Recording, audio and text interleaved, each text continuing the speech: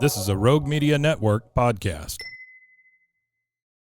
Coming up on The Payoff, Cheryl Brown-Merriwether is a force of nature, and it was an unbelievable conversation that I just had with her, and I can't wait to share it with you. It's all around addiction, codependency, recovery, and the crisis that is going on now in America and in our world on the back end of COVID that has a lot to do with addiction. Folks today are calling it substance use disorder. This is an opportunity to get educated and also to get involved. These corporate spaces and workplaces, a lot of them at least, don't have solutions or information or intel on how to help folks that they work with that have these issues, right? We're talking about the substance use disorder. We're talking about codependency. We're talking about addiction, the whole thing. And Cheryl Brown-Merriwether does a great job of taking us through this and talks about the solution that we can all help out with. And it's a really cool conversation. She does great work with a company called iCare, and we're going to get into it right now. But first, Kevin Souza.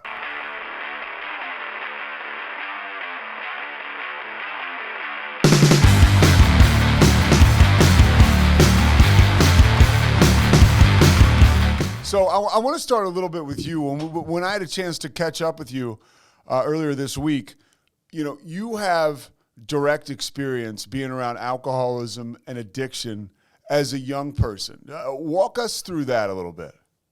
As a young person, as a teenager, as a young adult, and now as an adult.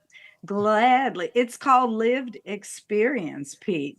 So as a child, I grew up in a household with a father who suffered from alcohol use disorder. They use different words to describe that back in those days. I grew up thinking he was just, and this is quite unflattering. Some people called him the town drunk. Kids can be very mean when they see your parents out in public displaying inappropriate behavior. But we've grown now. We call those things alcohol use disorder. And at the same time, my mother struggled with mental health issues. So in the behavioral health world, we talk about dual diagnosis and co-occurring. I had co-occurring, but they were co-occurring in two different people, my mother and my father.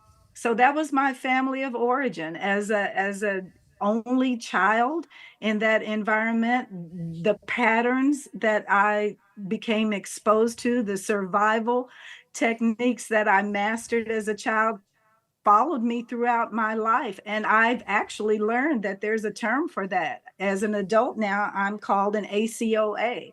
In case your listeners don't know what that is, that's the adult child of an alcoholic parent. I had the P there. But yeah, those early lived experiences affected me throughout my life. And when I experienced individuals within my circle of influence who struggle from substance use disorder or behavioral addictions, I thought they were normal. And I had to learn about something called codependency and work through navigating that within myself. But it has all worked together for good, Pete. I now am able to use everything that I've experienced along the way, along with my education and my training and the work that I do to now help others at least break the silence and be willing to talk about some of these things, because it's a scary topic. Yeah, Cheryl, not only are you like educated through like officially, right? Like to do all the work that you do, but that lived experience you talked about, you're uniquely qualified to help someone else who is going through the same things that you went through. What were some of those things as far as your development was concerned, being in an environment like that? How did it affect you growing up as a young woman?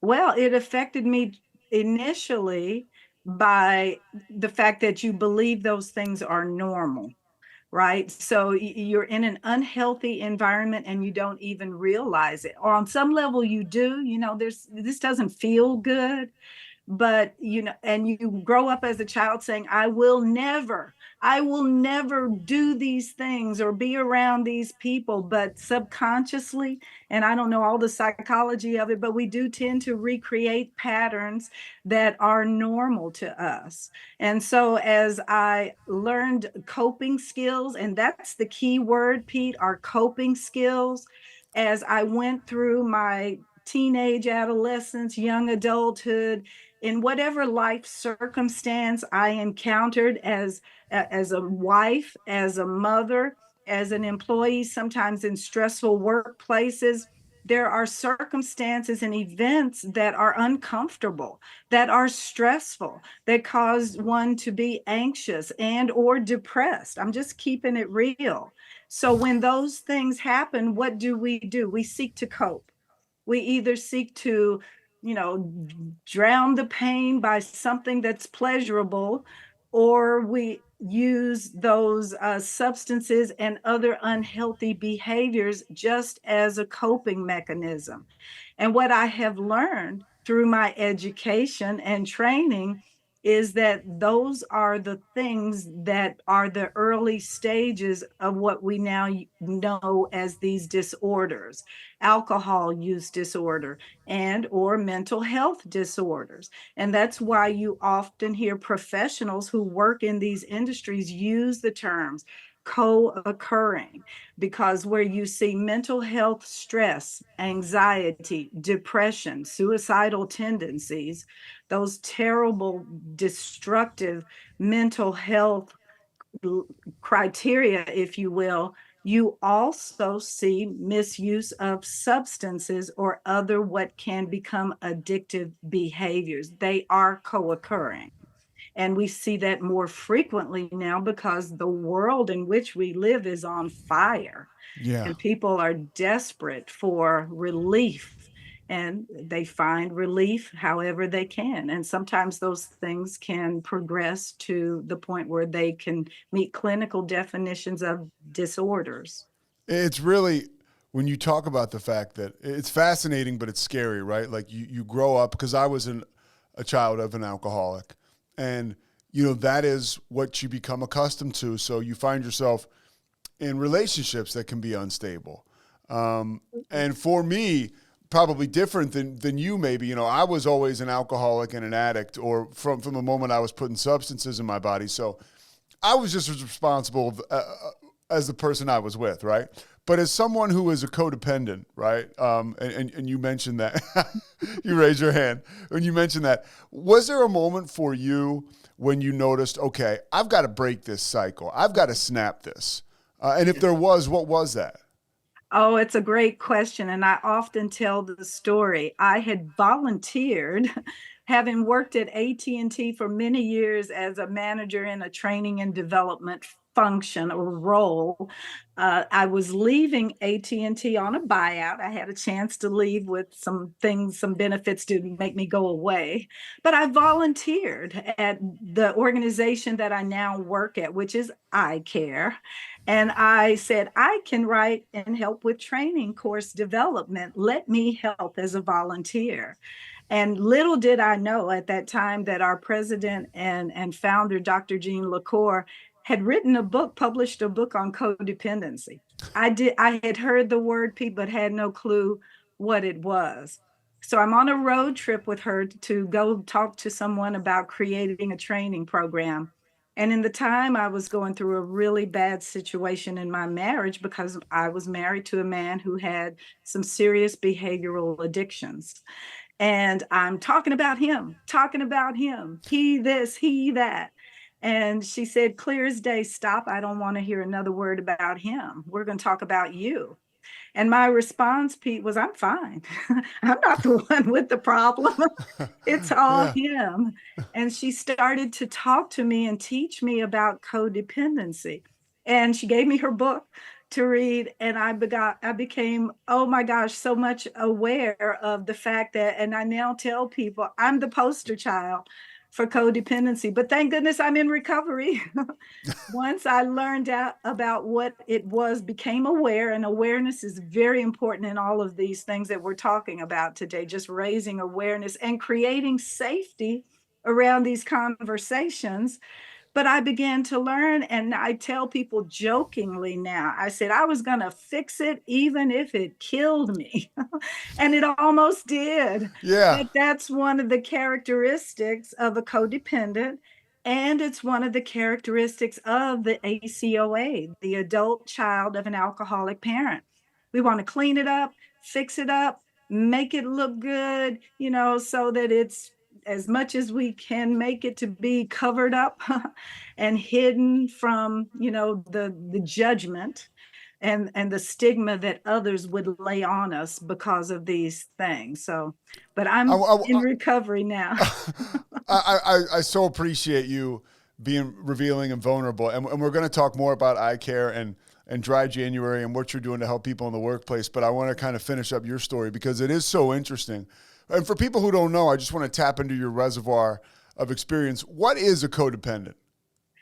A codependent whose drug of choice is helping the person struggling with the addiction or the use disorder, if you will, and we become enmeshed one with another, so our worlds revolve around one another's behaviors and managing one another's behaviors. There's another term that individuals may be more familiar with, and we talk about enabling. Mm. So you are so enmeshed in this addictive behavior that this other person is engaged in, that you really, you go back and forth between, I can't live without them because they need me, right?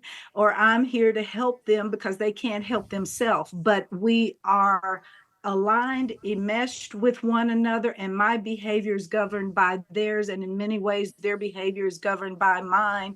So but that is really what it is, and it's a fascinating thing because, to your point, it plays out through relationships throughout our lives, and until we recognize it and know what it is. And I'm talking about myself. I tell people I have a full-time job keeping myself straight because I'm always, now that I'm aware of these tendencies, I'm always examining myself to see if I am behaving in a situation in a manner that is not healthy. And that's really what it comes down to. There are boundaries. We learn about boundaries, and I to help other people understand, yes, I can do this, but no, I can't do that. So all of this training and education that I've learned about this disease of substance use disorder, alcohol use disorder, and all of the other use disorders has been life-changing and transformational for me and for millions of other people around the world who are in recovery. And that's the work that I enjoy doing. And I'm so grateful to you for giving me the opportunity to talk about it with your listeners. Oh, of course. And I think it's a really, like I said, it's a fascinating topic because I consider myself to be a codependent, or have been. I think I'm in recovery, but I'm working on it. It's day by day. You talked about your relationship. How did you're riding in the car with the woman from eye care who wrote the book.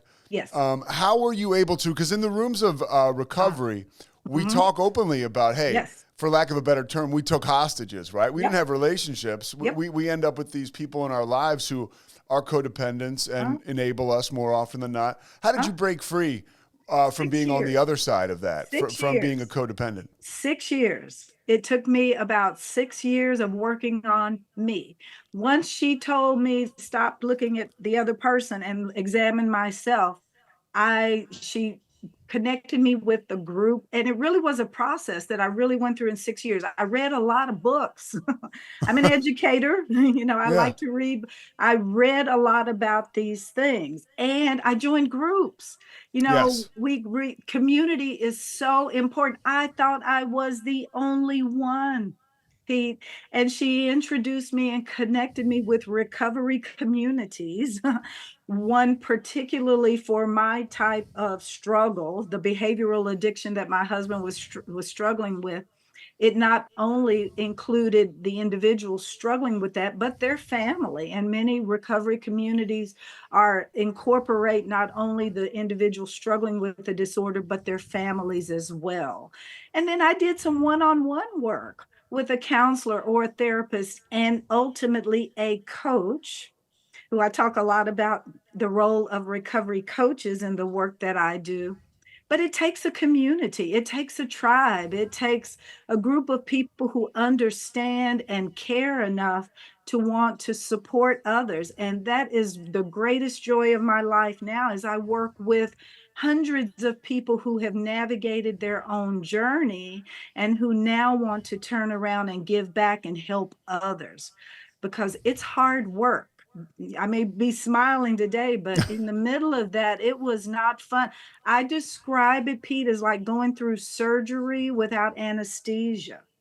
It was a very painful, long 6-year journey for me as a codependent to learn about this, because I love people who struggle with substance use disorder and mental health issues. So I had to learn both sides of the behavioral health coin. I tell people they're two sides of the same coin. Substance use disorders on one side and mental health is on the other side. Together, they're under the umbrella of behavioral health. And that is the area of work that I now do. And I'm not alone. There's so many amazing, wonderful people like you also doing this work. Thank you for saying that. Now, do you, in your own experience now, the work you're doing with eye care, does that fuel your recovery now? I would imagine, because now here you are carrying this message, and you mentioned the communities. Yes. Now you're a key part, a key Yes. component of these communities. I am. Does that continue to help you heal and keep you vigilant every day? Yes, it does. And I'll share briefly why that is. Because recovery is holistic, right? When we talk about people going into treatment, they do the biopsychosocial, evaluation, but it's a holistic disorder. It's mind, body, spirit. It affects every area of a person's life. And so does recovery. There's these dimensions of recovery that are holistic. So it's an ongoing, lifelong journey to continue to strengthen the whole being. And in the work that we're doing, particularly now in the post-COVID era, I have the tremendous opportunity to work with health and wellness coaches, as well as mental health practitioners and many others. But I'm particularly benefited personally in my recovery by the work that we do with health and wellness coaches, because I'll be on calls with them and they'll say, when was the last time you went outside and took a break? Because here I am, the ACOA again, right? Workaholic, workaholic, workaholic. I can work an 18-hour day 7 days in a row, but that is part of my recovery, is learning to break those patterns that are unhealthy in all areas of my life. So the coaches that I work with, as well as some of the mental health practitioners that have come to us and are adding some of the things that we're doing on the substance use disorder, we are a community and we reach out and care enough about one another to challenge one another when we notice what we perceive may be an unhealthy pattern or unhealthy behavior. And it allows us to continue to sharpen the saw. That's a 7 Habits of Highly Effective People. If you are familiar with that from the corporate space, one of those 7 habits is sharpen the saw. And it basically means as long as you live, you're continuing to try to improve. And the health and wellness coaches and the many other amazing individuals that I work with on the clinical side, as well as non-clinical professionals and health and wellness folks. But we just care enough about one another to allow us to continue to pursue long-term, lifelong recovery and sobriety. That's a part of the journey also. And sobriety extends beyond just substances. Sobriety it relates to mental clarity and the things with which we can sometimes become distracted and that become unhealthy, that cause us to lose focus and the ability to be present with people in real time. So again, it's all these little things that are part of a lifelong journey to achieve sobriety and sustain long-term recovery. A lot of the work you're doing at iCare to help people sustain long-term recovery is you're in that corporate space, right? Where you're going in and you're trying to help folks that are struggling with this. And for you and I, who kind of maneuver in this area of recovery, whether it's codependency or sobriety or some of the other addictions we're talking about, how foreign is it to some of these folks, right? That I've noticed that some people don't even understand that the resources are there. Right. So when someone like you comes along, it's an eye-opening experience for some folks, I would imagine, in the corporate space too. Oh, absolutely. But it's funny that you say that. Everyone knows someone who struggles with a use disorder.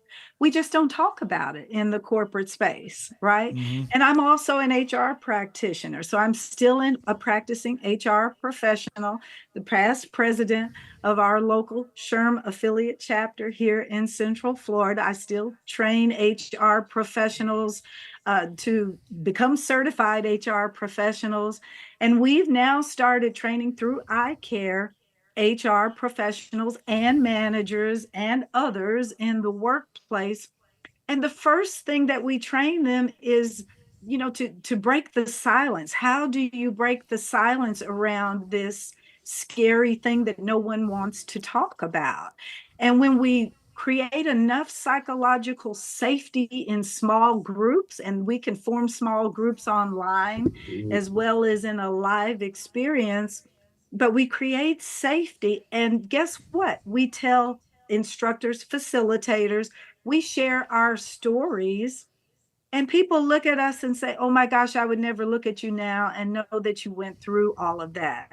Mm-hmm. And when we do create that safety and begin to share and talk about our experience and our experience in the workplace in navigating through these things, people will raise their hand and say, me too, or I know someone, or I worked with someone, or I am in. I've had senior level people, Pete, say, I've been in recovery for 13 years and no one knows it. Yeah. Because yeah. I don't talk about it. I don't feel safe to talk about it in the workplace. I'll tell you something that you're doing too with the HR, and it brings up a personal experience of mine. When I was deep in my addiction, I had a job. I was working for an NBA organization, and I was in free fall. And, they eliminated my position, but really what they did was eliminate me. And that was a consequence, ultimately looking back, that I needed.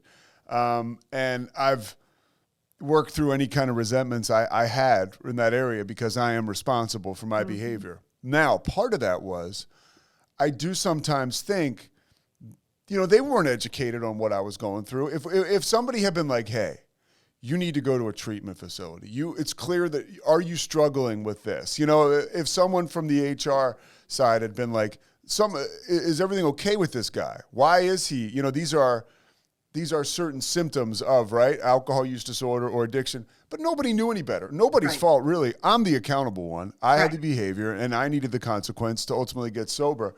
But I sometimes do think, what would have happened if someone would I have maybe gotten off the train earlier? Didn't happen like that. It's all good. But I do think about that, and I think that's why it's so important you're doing what you're doing, because you can save folks some of the pain.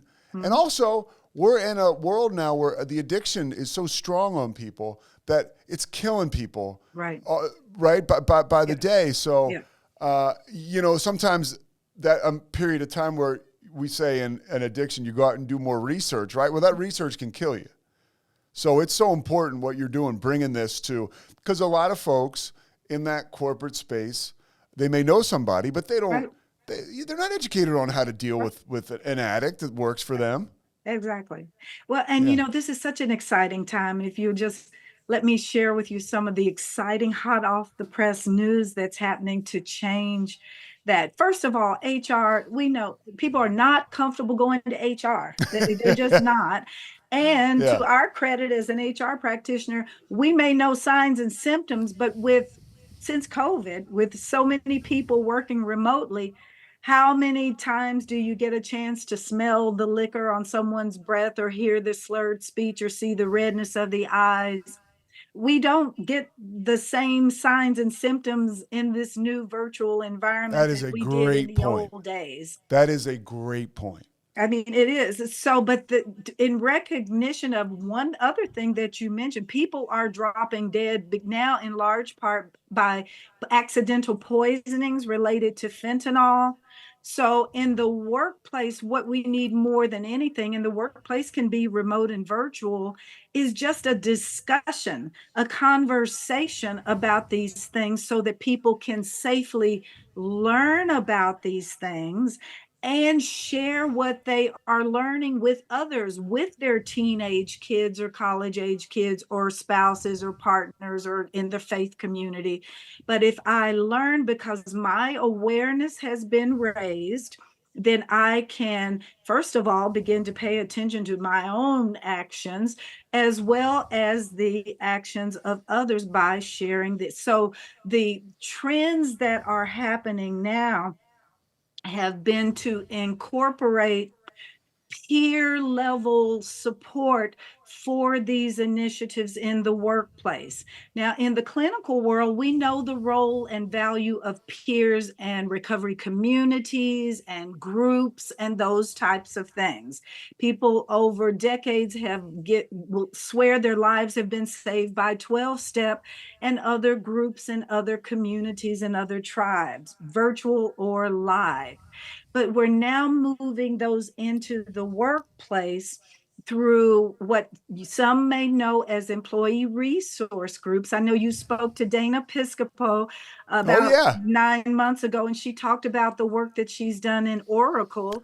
And there But was there was a woman before that who I spoke with, Marin Nelson, who was doing Marin that. Nelson, Yeah. Salesforce, Dana at Oracle. We are talking to folks at Cisco, and we're talking to folks at Wayfair. Wayfair started a group called Way Sober, and I think they changed the name. But but these are employer sanctioned groups, but they are employee led groups. So whereas an individual is not comfortable going to human resources, they will reach out and feel comfortable to participate in a lunch and learn or a group discussion with peers. There are some 24 million people in this country who are in recovery, who are working, who can be added to the resource group of individuals who can support folks around these issues, either helping to connect them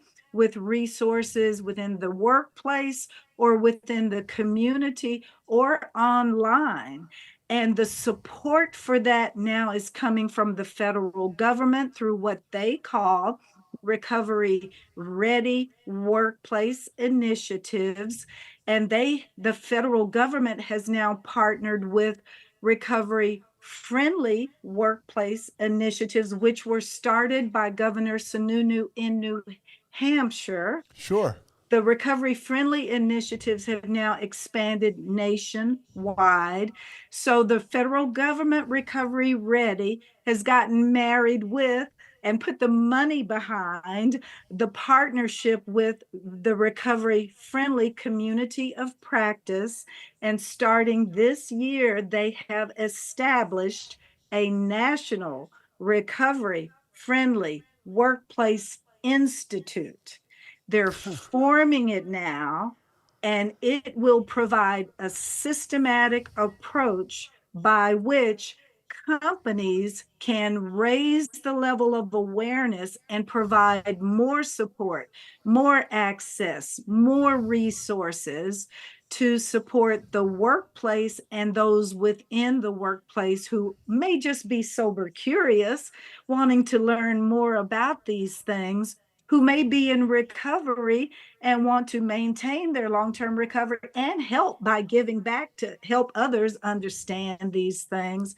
So we now have the support at the federal level, state level, and workplace level and individual level, all coming together across all industries and bringing together the recovery community with human resource, health and wellness folks, professional coaches, recovery coaches, and the mental health community. The collaborations and the cooperation, the synergy that we are all creating by working together is the most exciting thing that I have seen in the last 10 or 20 years of my career in doing this work. You do a great job of explaining this, and you really do, because I need the clear-cut definitions of stuff, and I'm comprehending, so that's always a good sign. How does eye care get involved in all of this? Well, eye care does training and eye care does certification programs for the workforce. Initially, that is how we started. We provided training for clinical professionals who often will get professionally licensed or certified through a state certification board. So we're in Florida. We started by training the clinical workforce on the substance use disorder side of the house and behavioral health practitioners here in Florida through one of our three divisions, which is called Net Training Institutes, 501c3 nonprofit educational institution. So we still train and provide ongoing continuing education training for clinical practitioners. But about 10 years, 13 years ago, we started a second division to train coaches.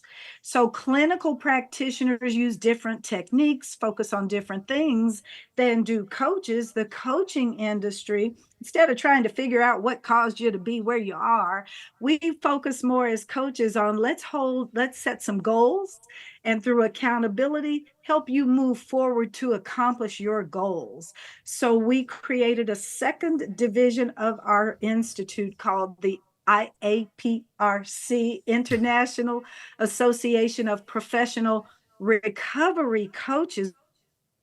We created the recovery coaching specialty that has been recognized within the coaching industry by the ICF, International Coaching Federation. And we train life coaches and health and wellness coaches and divorce coaches. There are professional executive coaches. There are professional coaches out there who run across people all the time who may be struggling with substance use disorder, and they flat out don't know how to address those topics and work with those clients around those issues. Now they do. They come to us. They go through a program of training that meets ICF professional standards. They become certified as certified professional recovery coaches. They're working in a non-clinical space. Most of them are self-employed. They're creating their own businesses. They're transforming lives. And eye care provides, again, the training and the support and the certification for those coaches. But my coaches, Pete, I've got airline pilots, I've got nurses, I've got school teachers, government bureaucrats, HR people, attorneys. They said to us, hey, we'd really like to go back into the workplace with some training. We can want to talk to our managers. We want to do lunch and learns around these things that we've learned. So their request formed the beginning of our what is our now third division, which became the brand Eye Care, the International Center for Addiction and Recovery Education. We have a workforce solutions division that through which we provide the peers, we can provide the coaches, and now we train and certify addiction awareness facilitators who go into either communities or workplaces with tools to provide education and raise awareness and create safety for conversations so that people can explore this thing, talk about this thing, and get help before they crash and burn. And that is how we advanced into the workplace. And I say, if there was only one silver lining that came from COVID, because 99% of it was destructive, disruptive, devastating. But one silver lining is it has brought the awareness of the need for these conversations and these resources to be openly available in the workplace, and to train a community uncover. If you're familiar with DEI, we talk about covering people hiding in the workplace. We uncover a brand new workforce of people who care about these issues, have that lived experience, but also can complement what is already there through existing benefit programs, through existing health and wellness programs, to give and support extra help to the HR people who need all the help they can get these days. So we're creating a non-clinical workforce of trained and certified professionals who can do this work in the workplace, in the community, and many of them are adding it as a gig on the side and making a little supplemental income, starting their own businesses as professionals doing this work. They're writing So books, somebody they're like doing me, podcasts, cool stuff. so somebody like me who's a broadcaster, I Yep. host this podcast, I Yep. could reach out to iCare, Yes. become versed in this coaching space, and then I could go ahead and be used by the company that I work for, right? My television company, Yes. or the sports broadcasting Yes. company I work for, and I could go into that field, Yes. and I could help them and nurture that space. Yes, we are talking to a couple of chaplains who work with first responders, right? Yeah. So if you're a first responder, an EMT, a fire person, a police person on the border, we're talking with a company is partnering with us who's working to support the folks on the border. The workforce, they're struggling. These folks are under great distress. And they may not be comfortable with their peers necessarily knowing that they're struggling with some of these issues. They certainly may not be comfortable to go to HR and say, hey, I'm having a hard time. But they will trust in a chaplain. They will trust a union steward. They will trust a peer to go to and say, I'm struggling with some of these issues. What can I do? How can I get help? And the goal for us is to find that one recovery hero, recovery champion, recovery advocate, or ally. We know about allies, but someone who cares enough about this, who can get trained and certified and credentialed to, with integrity, say, I will help by becoming the point person to address this issue in the workplace by creating sustainable programs, either to complement existing things. And most of these things don't cost a lot of money because they already have health and wellness programs. They just can't get in touch with the person to get the appointment to Yeah. go through and, connect on their shift with the mental health professional. So the resource that is in-house can say, but there are online communities that you can connect with. There are within our local community some recovery communities that you can connect with discreetly. So it has to come. These things are, again, company sanctioned, but they are employee led. And that is why they are so effective and growing at such a fabulous rate, because everyone appreciates the value of the need for a change in the conversation and the culture in the workplace around these issues. And because it's on fire, it's Yeah. all hands on deck. Let's show It up is on and let's fire. work together. It is on fire. And this last personal note, I am involved with a couple big corporate entities, and we had let's call it a kerfuffle with somebody recently, and it was around, addiction, and nobody knew what the hell to do. Nobody knew what to do. And somebody talked to me about it because they knew I was in recovery, but there wasn't any like concise conversation and concise action steps. Everybody, honestly, everybody's a little scared. How do I handle this? How do like, because in a corporate environment, people don't, so people want to keep their jobs. They don't want to, do anybody or do anything that could be looked upon as, okay, like I cut this person's feet out from under them, or I didn't take care of their mental health. Yeah. Or maybe I crossed them. Maybe I let them go and I didn't give them the help that they needed. So this is a great conversation to have. Before I let you go, I know I just have a little more time, and I'll put all the links to eye care in the show notes because this is an amazing conversation. It's still January, Yes. Dry January. Yes. People are in the middle of it. Some people may have given up on it. Some people, whatever. What are your thoughts on it? I know you have some really interesting takes on this. I am a pro dry January person. I'm a pro sober September, sober October. And the main reason why it's interesting you say that, I just was featured in an article where the subject was why dry January is not a good idea. I read it, yeah. But the point is, and the benefit of it is awareness. It really is intended to just create the conversation so much around the world in which we live now. The digital media driven world is just raising awareness, being able to influence ideas and those types of things. So it creates a conversation about this topic.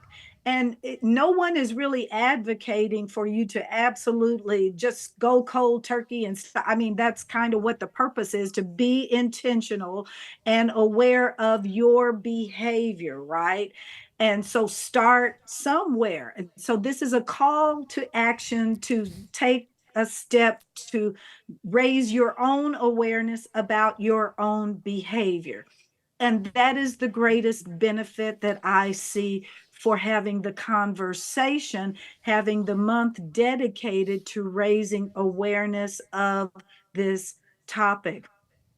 And dry January, again, at the end of the day, and why I mentioned the health and wellness coaches and benefit programs and all these things, we are individuals whose health, if we don't have our health, we will suffer, our loved ones will suffer, and our legacy and future generations will suffer. And I'll say this last point, which is the key benefit for me of a dry January, and these awareness issues. Awareness, Pete, falls under the category of prevention. In behavioral health, in healthcare systems, an ounce of prevention is worth a pound of cure. And I refer people to a letter that was written by the American Hospital Association to both houses of Congress in December of 2022. Your listeners can Google it. It was written by the American Hospital Association to Chuck Schumer, Nancy Pelosi, Kevin McCarthy, and Mitch McConnell. And it said the healthcare system in general is broken. The treatment systems are overwhelmed in this post-COVID era, particularly as it relates to behavioral health. There are not enough mental health practitioners. There are not enough substance use disorder treatment practitioners out there. It takes a long time to train one, to go through education and training and licensure and sit for exams and get up to speed in the clinical space. The system is overwhelmed. So if the treatment systems are not there, how do we answer this call to action? It has to be prevention. We have to catch people, turn them around through the adoption of healthy practices before they need clinical treatment because they've had some traumatic or terrible incidents. I tell people when they've crashed and burned. And the number one area of focus for prevention is awareness. We have to raise awareness, create conversations, create psychological safety for those conversations so that people can find themselves in there, find themselves and their loved ones and reach out for help before those loved ones crash and burn. And in the case of the fentanyl epidemic, before they die from an accidental overdose of something they did not even know what they were taking.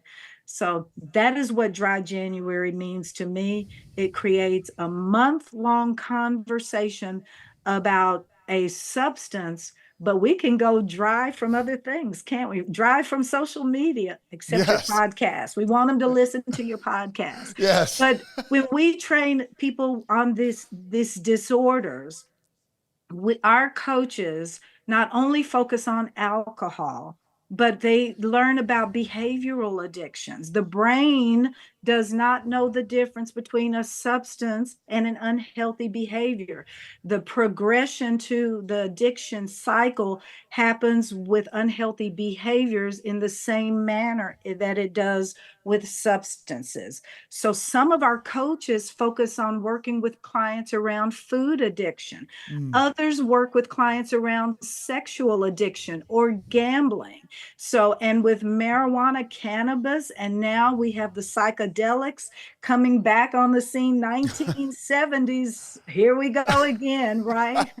But we need an army of trained people who can talk about these things and help others to become informed, raise awareness, and Dry January contributes significantly to that. So thank you for giving me a chance to talk about it during Dry January. Yeah, it's definitely timely, and I really like what you said. An ounce of awareness is worth a pound of cure, and I think that's something we can kind of wrap up with. I so appreciate your time. Is there anything else you want to mention about eye care, about your mission, where people can find you? Just that we are, because we are currently a small nonprofit organization, we grow through referrals, through distribution partnership arrangements. We have affiliates who help promote what we're doing, and they can get paid for helping to promote what we do. We have distribution partners out there helping to let some others know, en masse, if you have a group of people who would benefit from some of these programs, let me connect you with eye care. And that's how we get the word out, because other types of advertising are expensive, and we have to allocate and use our resources very wisely. So it takes a village, a tribe, a community, and we welcome those who would come with us, who share our philosophy and our mission and want to do this work with us, to help others know that they can come to us as well. Because the last thing I'll say is it's like, I don't know, there's a starfish story. I first heard about it as through Chicken Soup for the Soul years ago. But because I live in Florida, I appreciate the starfish story, because there are beaches in Florida, we're a peninsula, and sometimes there are starfish that come up on the beaches, and if you don't do something with them, the sun hits them and they die. And this story basically says that there's an older person on the beach one morning, and he sees a younger person coming in the other direction. The beach is covered with starfish. And as they get closer to one another, the older person sees the young person picking up the starfish and throwing them into the water. And it's like, why are you doing that? I mean, you look around the beach, there are thousands of starfish out here. And the young person says, well, the sun will come up and kill them. I can't save them all. But he picks up one, throws it into the water, and said, it made a difference for that one. And that's the work that we're all about here, because the problem is so massive. It's so huge. Mental health, substance use disorder in this post-COVID, what is now in the dictionary called perma-crisis world. We live in a perma-crisis world, state of permanent crisis. We can't solve all the problems, but each one of us can do little things that make a difference in the life of one person, one at a time. It's like the ripple on the pond. It spreads and it grows out and makes an impact to the individual, to their family, to their coworkers, to their community. We've trained coaches from 41 nations. We're small, but we're having a global impact by training one individual at a time to go and do this work. And that's what we're about. And we welcome others who share that philosophy and want to do this work. Go save a life. Cheryl, thank you so much. And I have a feeling this is not going to be the last time we talk. I'll probably be connecting with you after this offline.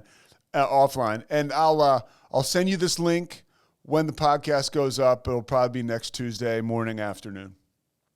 Well, I celebrate you and I thank you for the work that you're doing to raise awareness around these issues. And I will always be here to support you. And I thank you for doing what you're doing to support us. It means a lot. Yeah, you're the real deal, Cheryl. I really appreciate your time. It was an awesome conversation. Thank you so much, Pete. All right, you take care. All right. Thanks so much for listening to The Payoff with Pete. Once again, I'm Pete Souza. And of course, we are part of the Rogue Media Network. All kinds of good podcasts you can find at roguemedianetwork.com. And of course, you can find this podcast and all those other ones wherever you get your podcasts, iTunes, Spotify, other spots like that.